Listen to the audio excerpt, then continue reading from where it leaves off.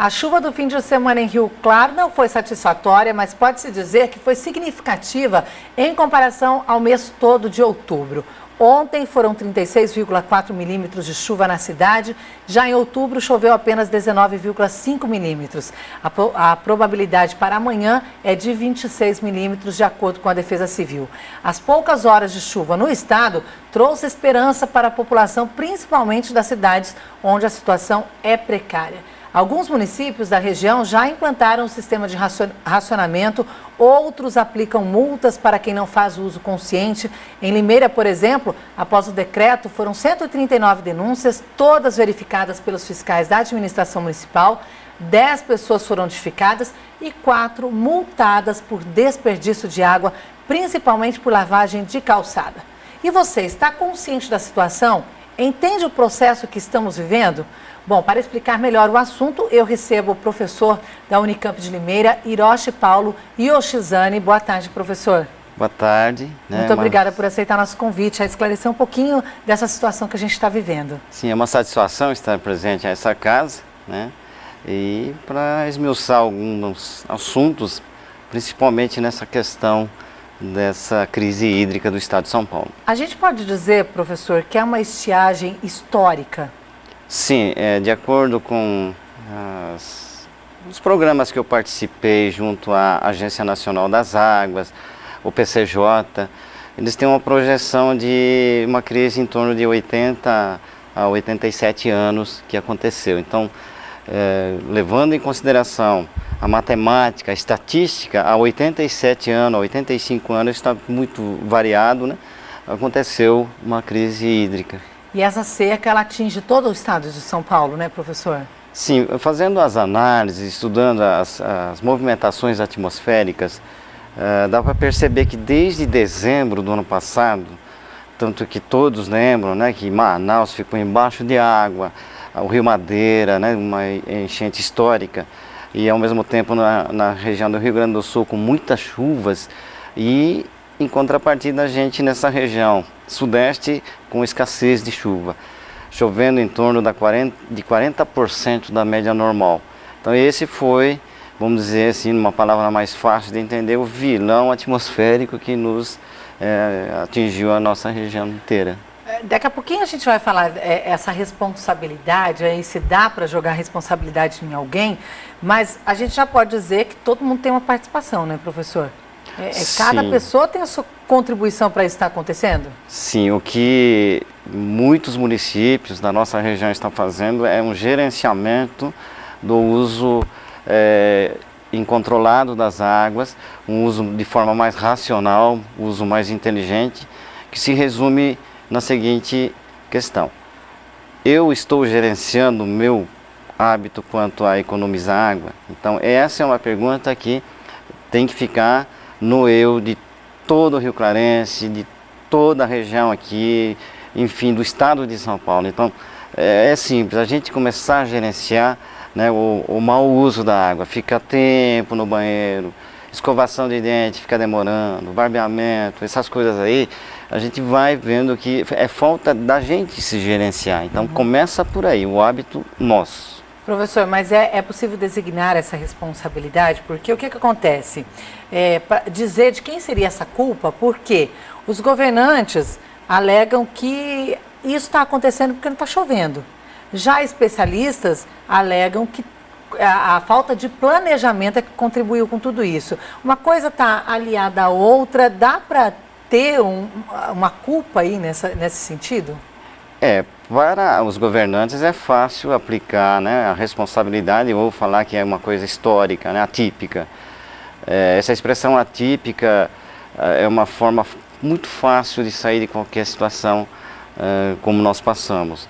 Mas, na verdade, o que faltou foi um planejamento, né, um estudo mais aprofundado das cabeceiras do rio.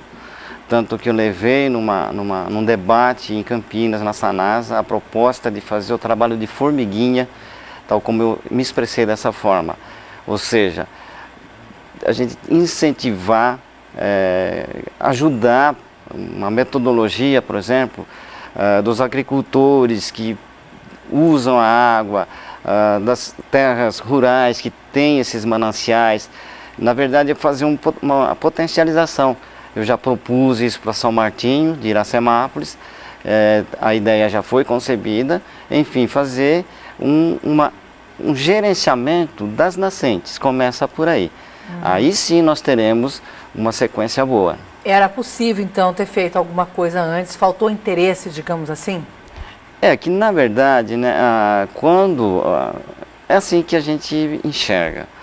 Só há desenvolvimento e só há assim, uma atitude governamental, uma atitude civil no momento da crise, tal como foi a crise da energia elétrica, onde rapidamente criou-se novas tecnologias, que é a lâmpada eletrônica.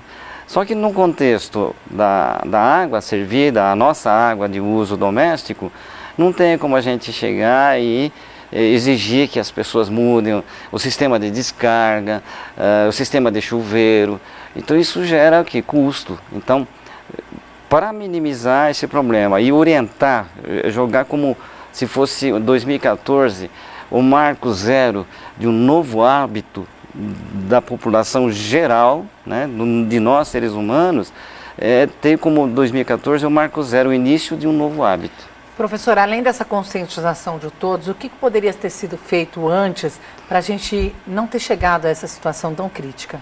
É atender o Código Florestal, as leis ambientais, onde diz que as matas ciliares têm que ter 30 metros no mínimo. A gente já está vendo que 30 metros já não é o suficiente.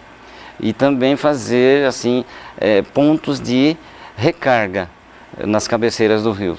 Aqui, por exemplo, nós temos o rio Passa Cinco, que é um rio de classe muito boa quanto à qualidade da água. Então não custa nada os governos aí se unirem, nós nos unirmos para potencializar toda essa cabeceira do rio Passa Cinco. Corumbataí a mesma coisa, o rio Piracicaba, que é a junção do Jaguari com o Atibaia. Então, analisando assim, a nascente do rio Piracicaba começa lá em Monte Verde, Minas Gerais. E a nascente do rio Atibaia começa lá próximo à capital paulista. Então, em toda essa área tem que ser feito assim, um trabalho assim, de um contingente de pessoas interessadas em ajudar o meio ambiente. Então, é a hora. Nós temos que... Não dá para cruzar os braços, não né? dá para cruzar. Nós estamos pagando aí o preço das nossas ações, né? A nossa responsabilidade, a irresponsabilidade, né? Sim. Nós estamos pagando agora, né, professor? Exatamente. Agora, como o senhor citou aí das nascentes, as nascentes do interior, elas também estão secando. A gente não pode pensar que esse problema está distante, né? Uma pesquisa da Unesp, também da região de São José do Rio Preto, diz isso, que das 54 áreas documentadas, 34 tem menos da metade de água que tinham há 10 anos. É uma situação realmente muito preocupante, né? Sim, essa história de fazer poços profundos, que o pessoal fala poço artesiano, mas na verdade é um poço profundo, ele é um rebaixador freático.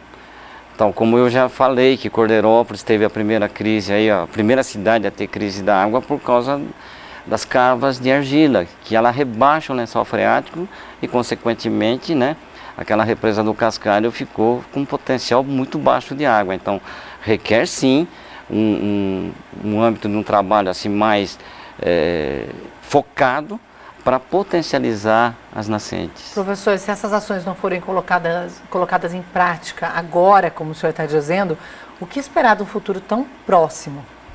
É o desespero. É o desespero. Nós sabemos, todos os telespectadores sabem o quanto é importante ter água na torneira. A cidade de Itu também é uma cidade que retira muita argila naquela região e também não teve planejamento do rio Sorocaba. Enfim, a política aliada à realidade técnica que tem que estar unida. É só assim para a gente falar em desenvolvimento correto e sustentável. Olha, professor, então a gente deixa aqui as dicas de sempre, né, que são evitar lavar calçadas, carros, desligar torneira ao escovar os dentes ou lavar louças, ficar menos tempo também no banho e no dia a dia, né, o máximo que a gente puder fazer, né, professor? Eu quero agradecer a sua participação aqui com a gente hoje, as portas estão abertas aí para uma nova presença. Eu que agradeço essa oportunidade, né, vim falar com vocês aqui da TV Claré. e também da região, onde eu tenho muitos conhecidos aqui em Rio Claro, e trazer um pouquinho mais de orientação, trazer um pouquinho mais daquilo que eu estudei, daquilo que eu vislumbrei sempre, desde os meus 9, 10 anos de idade, que é estudar as condições do tempo, estudar o ambiente, estudar a água da nossa região. Foi um prazer para a gente, obrigada. A gente fica por aqui e está de volta amanhã. Uma boa tarde para você.